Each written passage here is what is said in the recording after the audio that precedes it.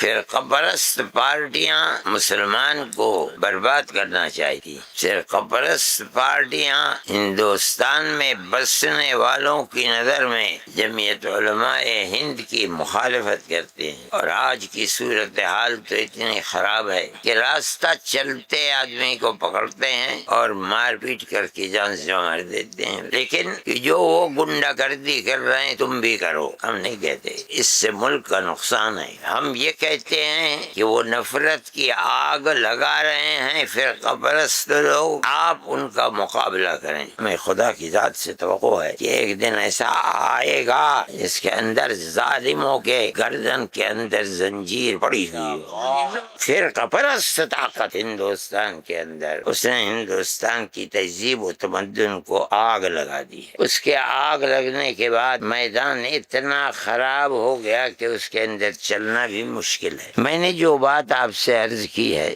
آپ پیار و محبت کا معاملہ ہر ایک کے ساتھ کریں، مسلم کے ساتھ بھی، ہندو کے ساتھ بھی۔ ان حالات سے ہم گزر رہے ہیں، مایوس نہ ہو آپ، یہ تو دنیا ہے، ہر روز نیا سورج نکلتا ہے اور ہر روز نیا سورج غروب ہوتا ہے۔ جو لوگ آج اس کردار کو پیش کر رہے ہیں، کل وہ دیکھیں گے کہ حالات پلٹ گئے۔